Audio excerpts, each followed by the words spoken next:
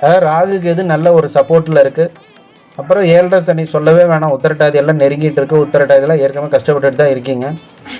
பூரட்டாதிக்கு பரவாயில்ல, நல்ல ஒரு அமைப்பு கொஞ்சம் நவுந்துக்குச்சு. அடுத்தது ரேவதியும் ரெடி ஆயிடுவீங்க. முக்கியமான நேரம் 7.5 சனி. சேமிப்பு ஒன்றுமே இருக்காது. ஏன்னா 11ஆம் வீட்டில் இருக்கக்கூடிய கிரக கூட்டமைப்பின்படி ஒன்றுமே இருக்காது. சரி, இப்போ நம்மளுக்கு என்ன முதன்மையாக வேணும்? தொழில் பார்க்கலாமா, இல்லை உடல்நிலை பார்க்கலாமா, இல்லை நில பிரச்சனை பார்க்கலாமான்னு பார்க்கும்போது முதல்ல உங்களை தான் நம்ம பார்க்கணுங்கிறது தான் இருக்குது இங்கே விஷயம்.